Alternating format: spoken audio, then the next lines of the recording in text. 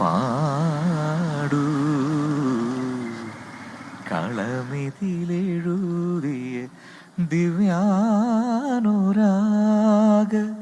സ്വരമയലഹരി തൻ ലയഭരവാസന്ത നിറങ്ങളേ പാടൂ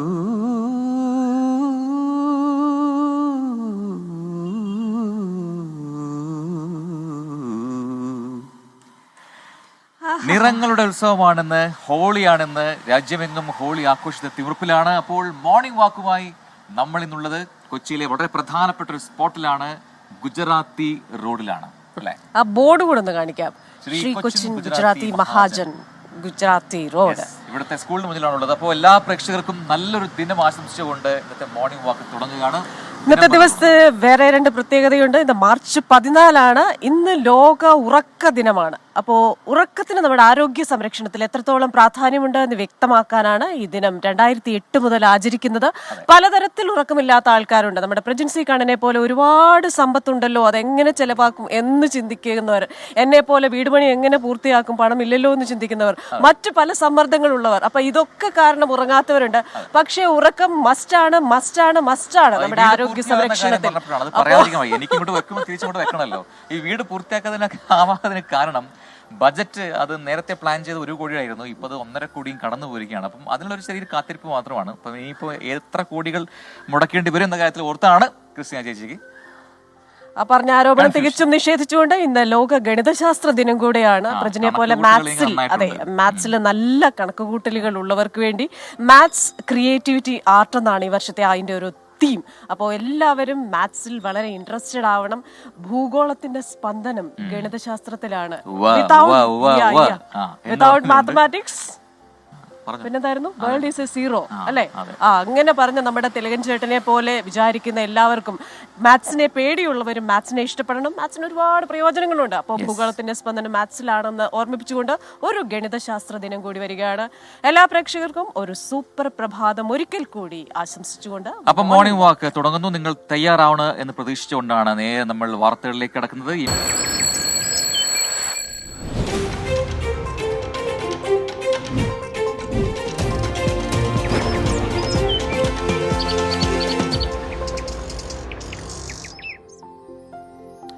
അപ്പൊ അതൊക്കെയാണ് പ്രധാനപ്പെട്ട വാർത്തകൾ. നമുക്ക് നമ്മുടെ മോർണിംഗ് വാക്ക് നടന്ന് തുടങ്ങാം.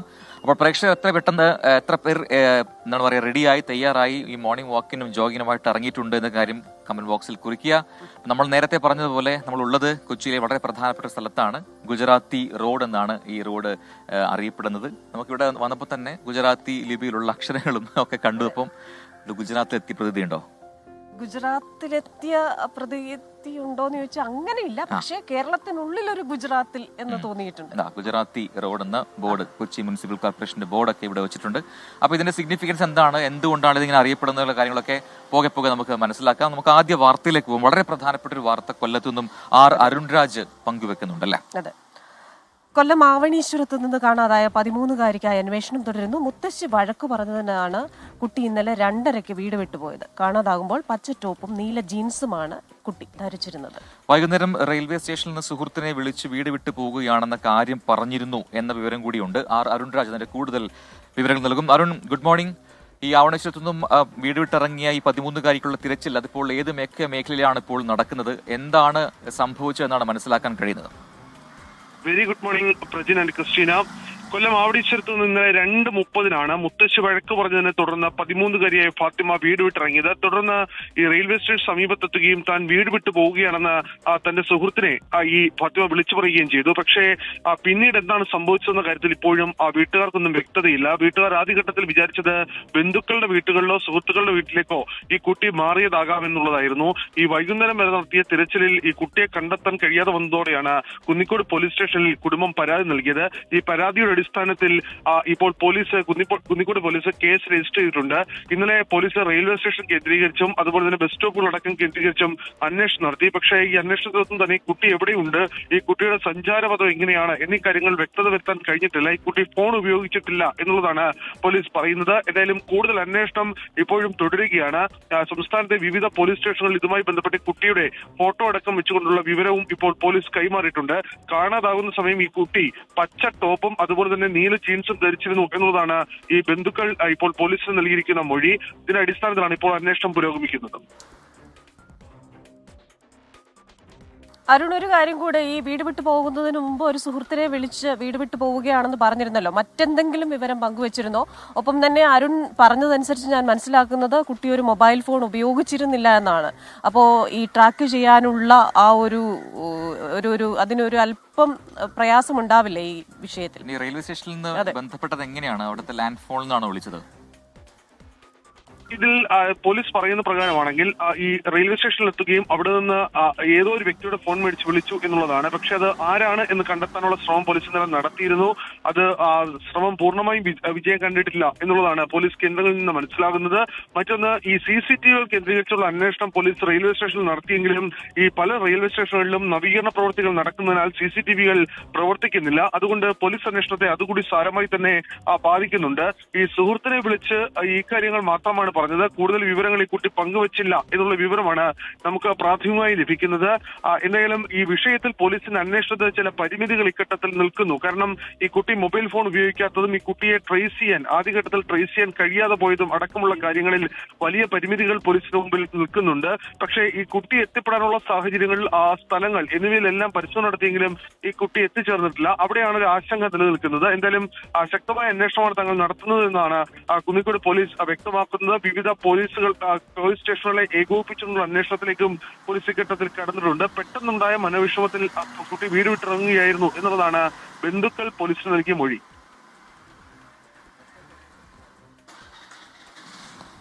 എന്തായാലും കുഞ്ഞിനായുള്ള അന്വേഷണം അത് വളരെ വ്യാപകമായി നടത്തുന്നുണ്ട് പോലീസ്. ഏത് ഭാഗത്തേക്കാണ് കുട്ടി പോയത് എന്നതിൽ ഒരു വ്യക്തതക്കുറവുണ്ടെങ്കിലും പോകാൻ സാധ്യതയുള്ള സ്ഥലങ്ങളിലൊക്കെ തന്നെ പോലീസ് ഇപ്പോൾ എത്തുന്നുണ്ട്. അന്വേഷണം നടക്കുകയാണ്. എത്രയും പെട്ടെന്ന് കുട്ടിയെ തിരികെ കിട്ടട്ടെ. അതെ, നമ്മുടെ പ്രേക്ഷകരാണെങ്കിലും ഇങ്ങനെ ഒരു കുട്ടിയെ കണ്ടു കഴിഞ്ഞാൽ എത്രയും പെട്ടെന്ന് ആ വിവരം അറിയിക്കുക. ഒരു കാര്യം കൂടെ പറയാനുള്ളത് കുഞ്ഞുങ്ങളോട്, നമ്മൾ ഈ വഴക്ക് പറയുന്നതൊക്കെ വളരെ സ്വാഭാവികമാണ്. ആ ഒരു കുറച്ച് മണിക്കൂറുകൾക്ക് ശേഷം അതിൻ്റെ ഒരു കാലുഷ്യം അല്ലെങ്കിൽ അതിൻ്റെ ദേഷ്യം രണ്ടു കൂട്ടരുടെയും മനസ്സിൽ നിന്ന് പോകും. അപ്പോൾ അതുകൊണ്ട് ആരും വീട് വിട്ടൊന്നും പോകരുത്. കാരണം ഒരുപാട് റിസ്കുകളാണ് പുറത്തുള്ളത്. നമുക്ക് അടുത്തൊരു വാർത്തയിലേക്ക് പോകാം. അത് കോഴിക്കോട് നിന്നാണ് വാർത്ത. സമീർ സി മുഹമ്മദ് പങ്കുവെക്കുന്നു. കോഴിക്കോട് ബാലുശ്ശേരിയിൽ ഒരു തീപിടുത്തം ഉണ്ടായിട്ടുണ്ട്. ഗൃഹോപകരണങ്ങൾ വിൽക്കുന്ന കടയിലാണ് തീപിടുത്തം ഉണ്ടായതെന്നാണ് സമീർ സി മുഹമ്മദ് പറയുന്നത്. അതെ സമീർ, ഗുഡ് മോർണിംഗ്. അപ്പോൾ ഇത് ഗൃഹോപകരണങ്ങൾ വിൽക്കുന്ന കടയാണ്. അപ്പോൾ തീ വ്യാപിക്കാൻ കൂടുതൽ സാധ്യതയുള്ളതാണ്. തീപിടുത്തം ശമിപ്പിക്കാനായോ? എന്താണ് ഏറ്റവും പുതിയ വിവരം?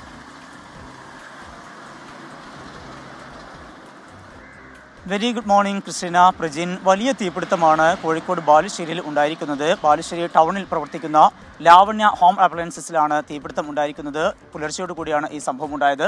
വലിയ രീതിയിലുള്ള ഒരു തീപിടുത്തമാണ്. 4 നിലകളിലായി പ്രവർത്തിക്കുന്ന ഈ സ്ഥാപനത്തിൻ്റെ വലിയ ശതമാനവും ഭാഗവും കത്തി അമർന്നിരിക്കുന്നു. അതിൻ്റെ 2-3 നിലകളിലാണ് കൂടുതലായും തീപിടുത്തം ഉണ്ടായിരിക്കുന്നത്. അതിൻ്റെ ക്രിസ്റ്റീന സൂചിപ്പിച്ചതുപോലെ തന്നെ ഗൃഹോപകരണങ്ങളാണ്. അതുകൊണ്ട് തന്നെ വലിയ രീതിയിൽ വളരെ വേഗത്തിൽ പ്ലാസ്റ്റിക് ഉൾപ്പെടെയുള്ള വസ്തുക്കളാണ്. വളരെ വേഗത്തിൽ തന്നെ തീപിടിക്കും. അതുകൊണ്ട് തന്നെ ഏറെ നേരം പരിശ്രമത്തിനൊടുവിലാണ് അത് പിന്നീട് അണയ്ക്കാൻ കഴിഞ്ഞിട്ടുള്ളത്. അതും 7 യൂണിറ്റ് ഫയർ എഞ്ചിൻ എത്തിക്കൊണ്ടാണ് അത് പൂർണ്ണമായും അണക്കാൻ കഴിഞ്ഞിരിക്കുന്നത്. 3 മണിക്കൂറോളം ആ ഫയർഫോഴ്സിൻ്റെ പരിശ്രമം ഉണ്ടായി. നരിക്കുനി, അതുപോലെ തന്നെ കൊയിലാണ്ടി, പേരാമ്പ്ര, മുക്കം ഫയർ സ്റ്റേഷനുകളിലുള്ള ഉദ്യോഗസ്ഥരെത്തിക്കൊണ്ടാണ് പുലർച്ചയോടുകൂടി തീ അണക്കാൻ കഴിഞ്ഞിരിക്കുന്നത്. ആ സമയത്തൊന്നും അവിടെ ജീവനക്കാരോ അതിൻ്റെ മറ്റു ഉടമകളോ ആരും തന്നെ ഉണ്ടായിരുന്നില്ല എന്നുള്ളത് കൊണ്ട് ആളപായമില്ല എന്നുള്ളത് ആശ്വാസമാണ്. ലക്ഷക്കണക്കിന് രൂപയുടെ നഷ്ടം ഉണ്ടായിട്ടുണ്ട്.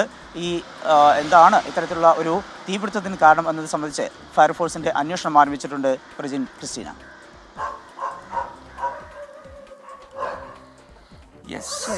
സമീർ സി മുഹമ്മദാണ് വിശദാംശങ്ങൾ നൽകിയത്. അപ്പോൾ ആ തീപിടുത്തം നിയന്ത്രണ വിധേയമാക്കാൻ കഴിഞ്ഞിട്ടുണ്ട് എന്നുള്ളതാണ് സമീർ സി മുഹമ്മദ് റിപ്പോർട്ട് ചെയ്യുന്നത്. ഇനി നമ്മൾ വയനാട്ടിലേക്ക് പോയാൽ മുണ്ടക്കൈ ചൂരൽമല 2ാം ഘട്ട A ലിസ്റ്റിൽ അധികമായി ഉൾപ്പെടുത്തിയത് 6 പേരെ മാത്രമെന്ന് റിപ്പോർട്ട് വരികയാണ്.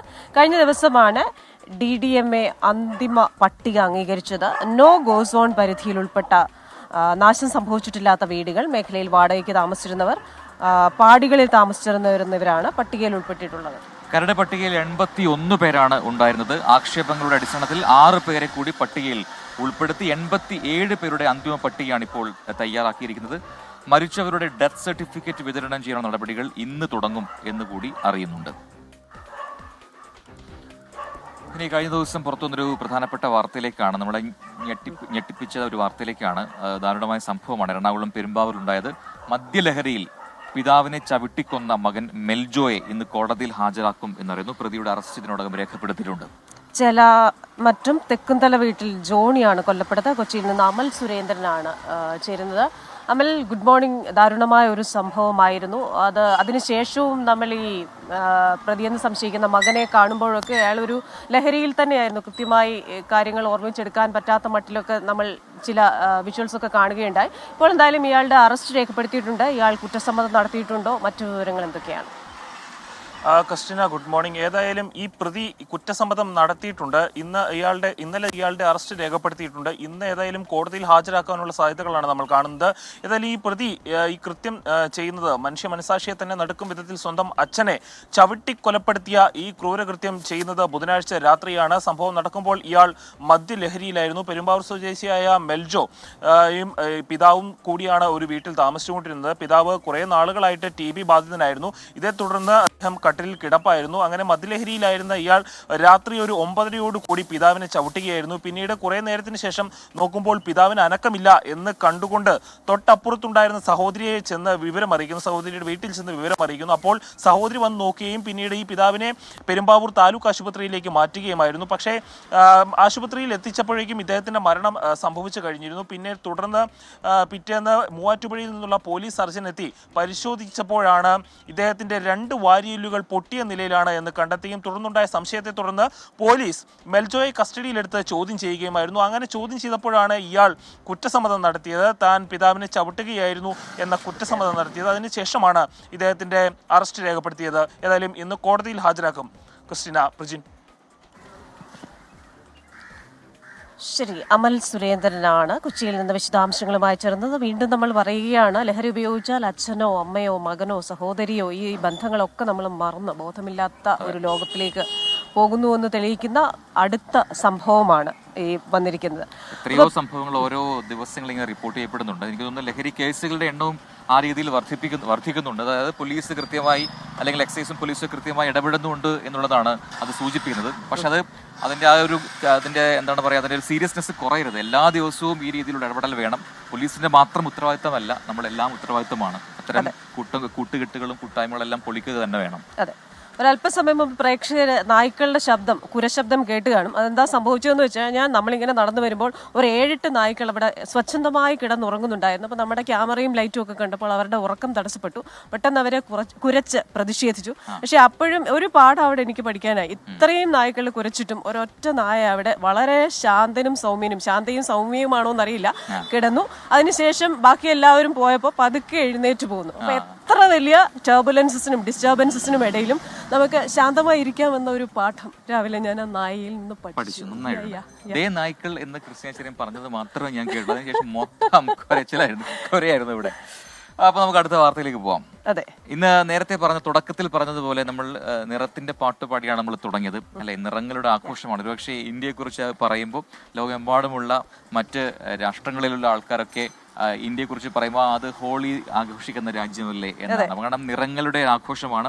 അപ്പൊ അതിൽ ആ രീതിയിൽ നിറങ്ങളിൽ നീരാടിയാണ് ഈ ആഘോഷം നടക്കുന്നത്. വർണ്ണങ്ങൾ വിതറിയും മധുരം പങ്കുവച്ചും ഉത്തരേന്ത്യയിൽ ഹോളി ആഘോഷം തുടരുകയാണ്. ഹോളിക്ക ദഹനത്തോടെയാണ് ഉത്തരേന്ത്യയിൽ ആഘോഷങ്ങൾക്ക് തുടക്കമായത്. റെസിഡൻസ് അസോസിയേഷനുകളുടെ നേതൃത്വത്തിലും ഹോട്ടലുകളിലും എല്ലാം വിപുലമായ ആഘോഷ പരിപാടികളാണ് ഒരുക്കിയിരിക്കുന്നത്. ആഘോഷങ്ങൾ അതിരുവിടരുതെന്നാണ് നിർദ്ദേശം. ഹോളിയോടനുബന്ധിച്ച് ഡൽഹി മെട്രോ ഇന്ന് ഉച്ചയ്ക്ക് 2:30 ശേഷം മാത്രമേ സർവീസ് ആരംഭിക്കുകയുള്ളൂ. അപ്പൊ അങ്ങനെ ഉത്തരേന്ത്യയിൽ ആ രീതിയിലുള്ള ആഘോഷങ്ങളൊക്കെ ഉണ്ട്. അപ്പോൾ ഗുജറാത്തി റോഡിലെത്തിയപ്പോൾ എന്താണ് ഇതിന്റെ പ്രത്യേകത അറിയണം. നമ്മുടെ പ്രാദേശിക സുജിത്ത് നമ്മുടെ ഉണ്ട്. സുജിത്തെ ഒന്ന് വരുമോ? Good morning. ഇവിടെ ഈ ഗുജറാത്തി റോഡ് എന്നൊരു പേര് ഇതിന് വരാനാണെന്നായിരിക്കും. ഇവിടെ ഏറ്റവും കൂടുതൽ താമസിക്കുന്നവരാണ്, അതുകൊണ്ടായിരിക്കും ആ പേര് വരാൻ വേണ്ടി കാരണം. മുമ്പ് എനിക്ക് തോന്നുന്നു ഗാന്ധിജി വന്ന സമയത്ത് ഈ ഭാഗങ്ങളിലൊക്കെ സന്ദർശിച്ചിട്ടുണ്ട്. ഗാന്ധിജി വന്ന സമയത്ത് അവിടെ നിന്ന് സ്റ്റാർട്ട് ചെയ്ത് സ്കൂൾ സ്റ്റാർട്ട് ചെയ്ത് അപ്പൊ അങ്ങനെ ഒരു പ്രത്യേകത കൂടിയുണ്ട് ഉണ്ട്, അല്ലേ? ഉണ്ട്. മഹാത്മാഗാന്ധി വന്ന സമയത്ത് ചരിത്രം ഉറങ്ങുന്ന ഒരു അതെ ഇടത്തിലൂടെയാണ് നമ്മൾ അതെ. നടന്നുകൊണ്ടിരിക്കുന്നത്. ഇപ്പൊ ഇവിടെ ഉണ്ടോ ഗുജറാത്തി ഫാമിലീസ് ഒക്കെ? ഉണ്ട്, ഇഷ്ടം പോലെ ഉണ്ട്. അപ്പൊ ഇവിടെ ഈ ആഘോഷങ്ങൾ, ഹോളി ആഘോഷങ്ങളൊക്കെ ഉണ്ടാവാറുണ്ടോ എല്ലാവർക്കും? ഒരു 11:30 മണി കഴിഞ്ഞിട്ടുണ്ടെങ്കിൽ ഇവിടെ ഫുൾ ലൈവ് ആയിക്കോളൂ. ശരി, ആ സമയത്താണ് ഈ മറ്റേ വർണ്ണങ്ങളൊക്കെ. വിതരണത്. അപ്പൊ താങ്ക് യു സുജിത്ത്. നമുക്ക് എപ്പോ ഇവിടെ വന്നാലും സുഹൃത്തായും കൂട്ടിനും ഒക്കെ സുജിത്തുണ്ട്. ഇവിടെ നമുക്ക് കടകളൊക്കെ കാണാം, മനോഹരമായ ഫ്രൂട്ട്സ് ഒക്കെ അടുക്കി വെച്ചിരിക്കുന്ന കടകൾ, അതുപോലെ പച്ചക്കറിയൊക്കെ അടുക്കി വെച്ചിരിക്കുന്ന കടകളൊക്കെ നമുക്ക് കാണാം. ഇവരൊക്കെ ഇങ്ങനെ സജീവമായി രാവിലെ തന്നെ വന്നിരിക്കുകയാണ്. അപ്പോൾ നമുക്കൊരു വാർത്തയിലേക്ക് പോവുകയാണെങ്കിൽ, കരുവന്നൂർ സഹകരണ ബാങ്ക് കള്ളപ്പണ കേസിൽ കെ രാധാകൃഷ്ണൻ MP-ക്ക് വീണ്ടും ED സമൻസ് നൽകും. കഴിഞ്ഞ ദിവസം കെ രാധാകൃഷ്ണൻ ചോദ്യം ചെയ്യലിന് ഹാജരായിരുന്നില്ല. കരുവന്നൂർ തട്ടിപ്പ് നടക്കുമ്പോൾ CPIM ജില്ലാ സെക്രട്ടറി ആയിരുന്നു കെ രാധാകൃഷ്ണൻ. ശ്രീകാന്ത് അതിന്റെ കൂടുതൽ വിവരങ്ങൾ നൽകും. Srikanth, good morning. അപ്പോൾ കരുവന്നൂർ കേസിന്റെ അന്വേഷണം അത് ഒരു വഴിയിലൂടെ നടക്കുന്നുണ്ട്. അപ്പോൾ ED-യുടെ ഈ പുതിയ നീക്കം അത് ഏത് പശ്ചാത്തലത്തിലാണ്? ഇപ്പോൾ CPM ജില്ലാ സെക്രട്ടറി ആയിരുന്ന സമയത്ത് നടന്ന തട്ടിപ്പ് ആണ് എന്ന നിലയിലേക്കാണോ ഇപ്പോൾ MP-യെ വിളിച്ചിരിക്കുന്നത്? ഈ ചോദ്യം ചെയ്യലിലൂടെ എങ്ങനെയാണ് കെ രാധാകൃഷ്ണൻ MP പ്രതികരിച്ചിരിക്കുന്നത്?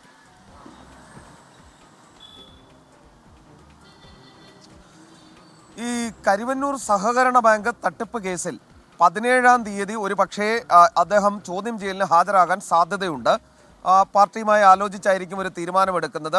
പക്ഷേ ED വീണ്ടും ചോദ്യം ചെയ്യലിന് ഹാജരാകണമെന്നാവശ്യപ്പെട്ട ഒരു സമൻസ് ഇന്ന് തന്നെ അയക്കാനാണ് സാധ്യത എന്നാണ് നമുക്ക് മനസ്സിലാക്കാൻ കഴിയുന്നത്. ഒരു പക്ഷേ അവർ ആ നടപടികൾ ഇതിനോടകം പൂർത്തിയാക്കി കഴിഞ്ഞിട്ടുണ്ടാകണം. ഈ മാസം 17-ന് കെ രാധാകൃഷ്ണനെ ചോദ്യം ചെയ്യാൻ സമൻസ് അയക്കുമെന്നാണ് ED വൃത്തങ്ങൾ പറയുന്നത്. ബുധനാഴ്ച കൊച്ചിയിലെ ഓഫീസിൽ ഹാജരാകണമെന്ന് കാണിച്ച് ED കെ രാധാകൃഷ്ണന് സമൻസ് അയച്ചിരുന്നു. എന്നാൽ ഈ സമയത്ത് അദ്ദേഹം ഡൽഹിയിൽ പാർലമെന്റ് സമ്മേളനത്തിൽ പങ്കെടുക്കുകയാണ് ഉണ്ടായത്. ഇത് ED-യെ അദ്ദേഹം അറിയിക്കുകയും ചെയ്തു. 17-ന് അദ്ദേഹം സ്വമേധയാ തന്നെ ED-ക്ക് മുന്നിലേക്ക് എത്തും എന്നുള്ള കാര്യം നമുക്കിപ്പോൾ വിവരം കിട്ടുന്നുണ്ട്. അദ്ദേഹം അത് ED-യെ അറിയിച്ചു എന്നും വിവരമുണ്ട്. സമൻസ് ലഭിച്ചതുമായി ബന്ധപ്പെട്ട് ഒരു പക്ഷേ കെ രാധാകൃഷ്ണൻ ഇന്ന് മാധ്യമങ്ങളെ കാണാനുള്ള സാധ്യതയും തെളിഞ്ഞു കാണുന്നുണ്ട്. അതേസമയം തന്നെ കെ രാധാകൃഷ്ണൻ ജില്ലാ സെക്രട്ടറി ആയിരുന്ന കാലത്താണ് ഈ കരുവന്നൂർ സഹകരണ ബാങ്കിൽ തട്ടിപ്പെല്ലാം നടന്നത് എന്ന് ED കണ്ടെത്തിയിട്ടുണ്ട്. അതിനാൽ തന്നെ അദ്ദേഹത്തെ ചോദ്യം ചെയ്യാതെ മാറ്റി നിർത്താനാകില്ല എന്ന നിലപാടിലാണ് ED ഉള്ളത്. സ്വാഭാവികമായും ചോദ്യം ചെയ്യൽ വേണ്ടിവരും. അത് ഈ CPIM-ന്റെ സ്വത്ത് വകകളടക്കം ED നേരത്തെ കണ്ടെത്തുക കൂടി ചെയ്ത സാഹചര്യത്തിലാണ് അദ്ദേഹത്തെ ഈ ചോദ്യം ചെയ്യലിന് വിളിപ്പിക്കുന്നത്. കേസിൽ അന്തിമ കുറ്റപത്രം ഈ മാസം തന്നെ ED-ക്ക് സമർപ്പിക്കേണ്ടതുണ്ട്. അതിനാൽ ഒരു മാറ്റി നിർത്തൽ ഉണ്ടാകില്ല. എത്രയും പെട്ടെന്ന് നടപടികൾ പൂർത്തിയാക്കി കുറ്റപത്രം സമർപ്പിക്കുന്നതിലേക്ക് പോകാനായിരിക്കും കേന്ദ്ര ഏജൻസി ശ്രമിക്കുക. ശ്രീകാന്താണ് വിശദാംശങ്ങൾ നൽകിയത് തിരുവനന്തപുരത്ത് നിന്നും. പ്രേക്ഷകരുടെ ശ്രദ്ധയ്ക്ക് 2 മാസം ശ്രീകാന്ത് തിരുവനന്തപുരത്തായിരിക്കും, കൊച്ചിയിലല്ല. അപ്പോൾ ഇനി നമ്മൾ പോകേണ്ടത് ശബരിമലയിലേക്കാണ്. പക്ഷെ ശബരിമലയിലേക്ക് പോകുമ്പോൾ നമ്മൾ നിൽക്കുന്നത് ഒരു ഗുജറാത്തി മുന്നിലാണ്. ഗുജറാത്തി ക്ഷേത്രം എന്ന് പറയാം. ഈ റോഡിൽ തന്നെയുള്ള ഒരു ക്ഷേത്രമാണ്. ഇതിന്റെ പ്രത്യേകത ഇവിടുന്നാണ് ഈ ഹോളി ആഘോഷങ്ങളൊക്കെ ഇന്ന് തുടങ്ങാൻ പോകുന്നത് അല്ലേ? ഇവിടെയാണ് ഈ മേഖലയിലുള്ള ഗുജറാത്തി സമൂഹം അവരെ എല്ലാം എത്തുകയും ഇവിടെ നിന്നാണ് ഈ ഹോളി ആഘോഷങ്ങൾക്ക് തുടക്കമാവുകയും ചെയ്യുക എന്നാണ് സുജിത്ത് പറഞ്ഞത്. അപ്പോൾ ആ ക്ഷേത്രത്തിന് മുന്നിൽ നിന്നാണ് നമ്മളിപ്പോൾ സംസാരിക്കുന്നത്. അതെ, അവിടെ നിന്ന് നമുക്ക് ശബരിമലയിലെ വിശേഷങ്ങൾ പറഞ്ഞാൽ, മീനമാസ പൂജകൾക്കായി ശബരിമല നട ഇന്ന് തുറക്കും. വൈകിട്ട് 5 മണിക്ക് തന്ത്രി കണ്ഠരര് രാജീവരുടെ സാന്നിധ്യത്തിൽ മേൽശാന്തി അരുൺകുമാർ നമ്പൂതിരി നട തുറന്ന് ദീപം തെളിയിക്കും. തുടർന്ന് 18-ാം പടിക്ക് താഴെ ആഴിയിൽ അഗ്നി പകരും. 18-ാം പടി കയറി വരുന്ന അയ്യപ്പ ഭക്തർക്ക് പുതിയ പാതയിലൂടെ ദർശനം നൽകുന്ന സംവിധാനത്തിന്റെ ട്രയലും ഇന്ന് ആരംഭിക്കും. അയ്യപ്പ ഭക്തരെ കൊടിമരച്ചോട്ടിൽ നിന്ന് ഫ്ലൈ ഓവർ ഒഴിവാക്കി നേരിട്ട് ശ്രീകോവിലിന് മുന്നിലേക്ക് എത്തിക്കുന്ന രീതിയിലാണ് പുതിയ സംവിധാനം നടപ്പിലാക്കുന്നത്. കൊടിമരച്ചോട്ടിൽ നിന്ന് 2 വരികളായിട്ടാണ് അയ്യപ്പ ഭക്തരെ ശ്രീകോവിലിന് മുന്നിലേക്ക് പ്രവേശിപ്പിക്കുക.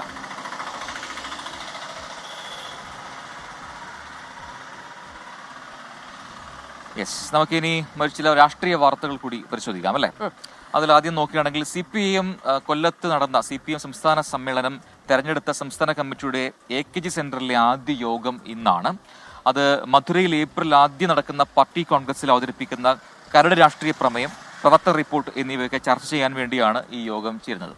പാർട്ടിയുടെ എല്ലാ ഘടകങ്ങളും ഈ റിപ്പോർട്ടുകളിന്മേൽ അഭിപ്രായം രേഖപ്പെടുത്തുന്നതാണ് CPIM-ലെ രീതി. ഇത് പ്രകാരം സംസ്ഥാന കമ്മിറ്റിയുടെ അഭിപ്രായം സ്വരൂപിക്കുകയാണ് ഇന്നത്തെ യോഗത്തിന്റെ അജണ്ട. സമയം ഇപ്പോൾ 6 മണി കഴിഞ്ഞ് 21 ആയിട്ടുണ്ട്. നമ്മുടെ കമന്റ് ബോക്സിലേക്ക് വന്നു കഴിഞ്ഞാൽ എല്ലാ പ്രേക്ഷകരും ഈ ഹാപ്പി ഹോളി ആഘോഷിക്കുന്നുണ്ട്. അങ്ങനെ ഗുഡ് മോർണിംഗ് എന്ന് പറയുന്ന മെസ്സേജുമായി ഒരുപാട് പ്രേക്ഷകരുണ്ട്. അത് പേരുകൾ വായിക്കുകയാണെങ്കിൽ തോമസ് മാത്യു, വസന്തകുമാരി, അബ്രഹാം തോമസ്, ദിനേശ് ഹരിപ്പാട്. ദിനേശ് ഹരിപ്പാട് പറയുന്നത് നമ്മുടെ സൈനികനാണല്ലോ. അദ്ദേഹം പറയുന്നു പ്രജിൻ ക്രിസ്റ്റിന ഇന്ന് ഉത്തരേന്ത്യയിൽ ഹോളി ആഘോഷമാണ്, അത് പൊടിപൊടിക്കുകയാണ്. 24 ഞങ്ങൾ സൈനികരുടെ ഹോളി ആശംസകൾ അറിയിക്കുന്നു 24-ന് എന്ന് പറയുന്നു. Subedar major Jaison John, Santhosh Kuttayi, Shajid Kurandi, Vijeesh T V M, Rijesh Maniyatt, ഇതൊക്കെ സൈനികരുടെ പേരാണ്. അവിടെ നിന്നാണ് ഈ ദിനേശ് ഹരിപ്പാട് ഈ വിവരങ്ങൾ അറിയിച്ചത്. ഹാപ്പി ഹോളി. അതെ, അപ്പോ അവിടെ ഹോളി ആഘോഷം പൗഡറിംഗ് പൊടി പൊടിക്കുകയാണ് എന്നാണ് അദ്ദേഹം പറയുന്നത്. അതെ അതെ. അപ്പോ രചന, മധു, ഷാനിബ, അൻവർ സാദത്ത്, മിനി ബാബു, വിഷ്ണുദാസൻ, മനീഷാദ്, അങ്ങനെ ഒരുപാട് പേര് നമ്മൾ കമന്റ്സ് വാർത്തയുമായി ബന്ധപ്പെട്ടു. അല്ലാതെ സുരേന്ദ്രകുമാർ PM സ്ഥിരമായി വരുന്ന ആളാണ്. Shiya Shah, Arif, Hashmi, Rajalakshmi, silent work, Abraham Thomas, അങ്ങനെ ഒരു ഓർമ്മ പങ്കുവെക്കുന്നത് സൈലന്റ് മോങ്ക് എന്ന് പറയുന്ന ഒരു ID എന്ന് വന്ന കമന്റ് ആണ്.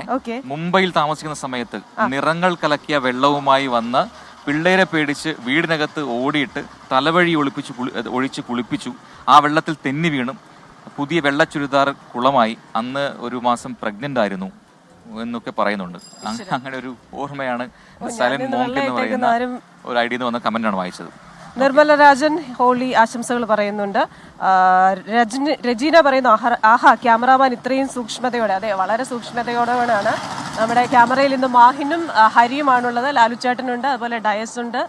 അങ്ങനെ നമ്മളിങ്ങനെ നടന്നുകൊണ്ട് നമുക്ക് അടുത്ത വാർത്തയിലേക്ക് പോയാലോ? കൊച്ചിയിൽ നിന്നുള്ള വാർത്തയാണ്. കൊച്ചിയിൽ നടന്ന ആഗോള നിക്ഷേപക സംഗമത്തിന്റെ തുടർ പ്രവർത്തനങ്ങൾ ചർച്ച ചെയ്യാനും ആലോചിക്കാനും മുഖ്യമന്ത്രി വിളിച്ച മന്ത്രിമാരുടെ യോഗം ഇന്ന് നടക്കുന്നുണ്ട്. വൈകിട്ട് 4 മണിക്ക് മുഖ്യമന്ത്രിയുടെ ചേംബറിൽ ചേരുന്ന യോഗത്തിൽ വ്യവസായ മന്ത്രി P രാജീവ്, ധനമന്ത്രി KN ബാലഗോപാൽ ഉൾപ്പെടെ വിവിധ വകുപ്പുകളുടെ മന്ത്രിമാർ പങ്കെടുക്കും. ഘടകകക്ഷി വകുപ്പുകളിലെ മന്ത്രിമാരും യോഗത്തിലുണ്ടാകും. നിക്ഷേപക സംഗമത്തിന്റെ വിലയിരുത്തൽ, വാഗ്ദാനം ചെയ്ത പദ്ധതികൾക്ക് അനുമതി നൽകുന്നതിന് സ്വീകരിക്കേണ്ട നടപടികൾ എന്നിവയാണ് പ്രധാനമായും ചർച്ച ചെയ്യുക. നിക്ഷേപക സംഗമത്തിൽ ഉയർന്നുവന്ന പദ്ധതികളുടെ സാധ്യത പരിശോധിക്കാനുള്ള തീരുമാനവും നാളത്തെ മന്ത്രിമാരുടെ യോഗത്തിൽ ഉണ്ടായേക്കും. അപ്പോൾ ഇത്തരത്തിലെടുക്കുന്ന തീരുമാനങ്ങൾ നടപ്പാകുന്നില്ല എന്നൊക്കെയുള്ള വിമർശനം, അല്ലെ നടപ്പാകില്ല എന്നൊക്കെയുള്ള മുൻ ധാരണയൊക്കെ ഉണ്ടായിരുന്നു. പക്ഷെ അങ്ങനെ ആകാൻ പാടില്ല എന്നുള്ളത് കൊണ്ട് അതിന്റെ ഒരു റിവ്യൂ മീറ്റിംഗ് നടക്കുകയാണ്. അതൊരു യോഗത്തിൽ മാത്രം ഒതുങ്ങുന്നതല്ല, കൃത്യമായി എല്ലാ മാസവും അങ്ങനെ ഒരു അവലോകന യോഗം ചേരണമെന്ന നിർദ്ദേശം നേരത്തെ നൽകിയതുമാണ്. മറ്റൊരു പ്രധാനപ്പെട്ട വാർത്ത ശ്രീകാന്ത് തിരുവനന്തപുരത്ത് വീണ്ടും പങ്കുവെക്കുന്നു. സംസ്ഥാനത്ത് വിതരണം ചെയ്യുന്ന റേഷൻ അരിയുടെ വില വർദ്ധിപ്പിക്കാൻ സർക്കാരിന് ശുപാർശ എന്നതാണ് ആ വാർത്ത. മുൻഗണനേതര വിഭാഗത്തിലെ നീലക്കാടിന് കിലോയ്ക്ക് 4 നിന്ന് 6 രൂപയാക്കും എന്നാണ് ശുപാർശ വന്നിരിക്കുന്നത്. 10,000 രൂപയ്ക്ക് താഴെ മാത്രം വരുമാനം ലഭിക്കുന്ന 4000 റേഷൻ കടകളും പൂട്ടാനും റേഷൻ കട വേതന പരിഷ്കരണം പഠിച്ച സമിതി നിർദ്ദേശിച്ചിട്ടുണ്ട്. ശ്രീകാന്താണ് തിരുവനന്തപുരത്ത് നിന്ന് ചെയ്യുന്നത്. Srikanth, very good morning. അപ്പോൾ ഈ ഒരു തീരുമാനം അല്ലെങ്കിൽ ഈ ഒരു നീക്കം അത് വന്നു കഴിഞ്ഞാൽ എന്താണ് മൊത്തത്തിലുണ്ടാകുന്ന ഒരു ഇമ്പാക്ട്?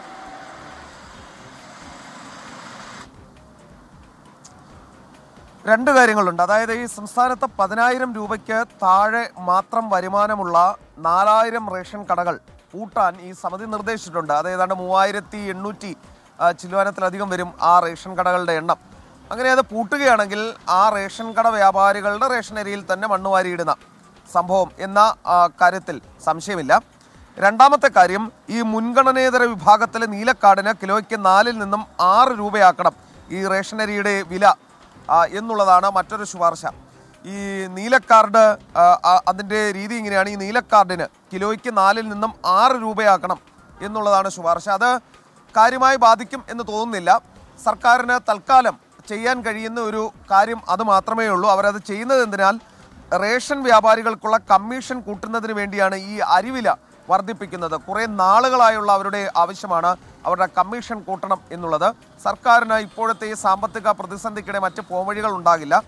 അതിൽ 2 രൂപ വെച്ച് കിലോയ്ക്ക് കൂട്ടുന്നത് കൊണ്ട് ഏതെങ്കിലും തരത്തിലുള്ള തിരിച്ചടി ഉണ്ടാകും എന്നും തോന്നുന്നില്ല. കാരണം മുൻഗണന ലഭിക്കേണ്ടവർക്കല്ല, മുൻഗണന ഇതര വിഭാഗങ്ങൾക്കാണ് ഈ 2 രൂപ വെച്ച് കൂട്ടുന്നത്. അത് ഈ റേഷൻ വ്യാപാരികൾക്ക് അനുകൂലമായ കാര്യമാണ്. പക്ഷേ മറ്റേത് നേരത്തെ പറഞ്ഞതുപോലെ ഏതാണ്ട് 4000 റേഷൻ കടകൾ പൂട്ടാനുള്ള ഈ സമിതിയുടെ നിർദ്ദേശം അംഗീകരിച്ചാൽ പല റേഷൻ കട ഉടമകൾക്കും, ഇപ്പോൾ ഓടിക്കൊണ്ടിരിക്കുന്ന റേഷൻ കട ഉടമകൾക്കും അത് ബുദ്ധിമുട്ടാകും. വീട്ടിൽ പോയി ഇരിക്കേണ്ടി വരും. അത് പ്രതിഷേധത്തിന് കാരണമാകും എന്ന കാര്യത്തിൽ സംശയമില്ല. ശ്രീകാന്താണ് വിവരങ്ങൾ നൽകിയത്. എന്തായാലും അങ്ങനെ ഒരു മാറ്റം വരുമ്പോൾ സ്വാഭാവികമായിട്ടും ഈ പറയുന്നതുപോലെ BPL-ലൊക്കെ വരുന്നവർക്ക് മുൻഗണനേതര വിഭാഗത്തിലുള്ള മാറ്റമാണ് ഇപ്പോൾ പറഞ്ഞിരിക്കുന്നത്. പക്ഷേ ഈ റേഷൻ കടകൾ പൂട്ടാൻ പോകുന്ന കാര്യം അത് വരുമാനം കുറഞ്ഞിട്ടാണെങ്കിൽ കൂടി അതിനെ ആശ്രയിച്ചുള്ള ആളുകൾക്ക് ജനങ്ങൾക്ക് ഒരു വലിയ ബുദ്ധിമുട്ടായിരിക്കും അല്ലേ? അപ്പോൾ നമുക്ക് അടുത്ത വാർത്തയിലേക്ക് കൊടുത്താൽ കമന്റ് ബോക്സിൽ വീണ്ടും ഒരുപാട് കമന്റുകൾ വരുന്നു. സീന മുഹമ്മദ് പറയുന്നു, വില കൂട്ടിയാലും കുഴപ്പമില്ല, നല്ല അരിയാണെങ്കിൽ അതെങ്കിലും ഓർത്ത് സമാധാനിക്കാമായിരുന്നു എന്നൊരു അഭിപ്രായം കൂടി പ്രേക്ഷകർക്കിടയിൽ ഉണ്ട്. മിനിബാബു പറയുന്നു, ആ കുട്ടിയെ കണ്ടു കിട്ടിയാൽ വിളിക്കേണ്ട ഫോൺ നമ്പർ കൂടി കൊടുക്കണം എന്ന് പറയുന്നു. അപ്പോൾ അടുത്ത പോലീസ് സ്റ്റേഷനിലോ അല്ലെങ്കിൽ 24-ന്റെ നമ്പറുകളൊക്കെ നിങ്ങൾക്ക് അറിയാമല്ലോ, 24-ന്റെ നമ്പറിലേക്കോ വിളിച്ച് നിങ്ങൾ അറിയിക്കുക. അതെല്ലാം അങ്ങനെ ഒരു നമ്പർ പോലീസ് പുറത്തുവിടുന്നുണ്ടെങ്കിൽ അത് കൃത്യമായിട്ട് നമ്മുടെ സ്ക്രോളിംഗിൽ അത് കൊടുക്കുകയും ചെയ്യും അല്പസമയത്തിനകം. ശ്യാം ശശി പറയുന്ന മറ്റൊരു സജഷനാണ്, നമ്മുടെ ടൂറിസം മേഖല നേരിടുന്ന പ്രശ്നങ്ങൾ 24 ഒന്ന് പഠിക്കണം. ഡ്രൈവർമാരും സീരിയസ് ആയിട്ടുള്ള കാര്യമാണ് ഇത് എന്ന് പറയുന്നു. നമുക്ക് സ്വാഭാവികമായിട്ട് നമ്മളത് മുൻപൊക്കെ നമ്മൾ കവർ ചെയ്തതാണ്, എങ്കിൽ ഇപ്പോഴത്തെ എന്താണ് അതിന്റെ ഒരു അപ്ഡേറ്റ് എന്നുള്ള കാര്യം തീർച്ചയായിട്ടും നമ്മളത് പരിശോധിക്കുന്നതായിരിക്കും. ഇനി നമ്മൾ അടുത്ത വാർത്തയിലേക്ക് വന്നാൽ, കൊച്ചി ചന്ദർകുഞ്ച് ഫ്ളാറ്റിലെ 2 ടവറുകൾ പൊളിക്കാൻ മരടിലെ ഫ്ളാറ്റുകൾ പൊളിച്ച സംഘം ഇന്ന് സ്ഥലം സന്ദർശിക്കും. വിവിധ കമ്പനികളുടെ പ്രതിനിധികളാകും സ്ഥലം സന്ദർശിക്കുക. മരടിലെ ഫ്ളാറ്റുകൾ നിയന്ത്രിത സ്ഫോടനത്തിലൂടെ പൊളിച്ച എഡിഫസ് ഉൾപ്പെടെയുള്ള കമ്പനികളാണ് എത്തുക. ചന്ദർകുഞ്ച് ഫ്ളാറ്റിലെ BC ടവറുകൾ പൂർണ്ണമായും പൊളിച്ചു നീക്കി പുനർനിർമ്മിക്കുന്നതിനായി 175 കോടി രൂപ ചെലവ് വരും എന്നാണ് ആർമി വെൽഫെയർ ഹൗസിംഗ് ഓർഗനൈസേഷൻ ഹൈക്കോടതിയിൽ നൽകിയ എതിർ സത്യവാങ്മൂലത്തിൽ ചൂണ്ടിക്കാണിച്ചിരുന്നത്. അതേസമയം ഫ്ളാറ്റിലുള്ളവർക്ക് മാറി താമസിക്കുന്നതിനായി വാടകയായി നൽകേണ്ട തുക സംബന്ധിച്ച കാര്യത്തിൽ ഇതുവരെയും തീരുമാനമായിട്ടുമില്ല.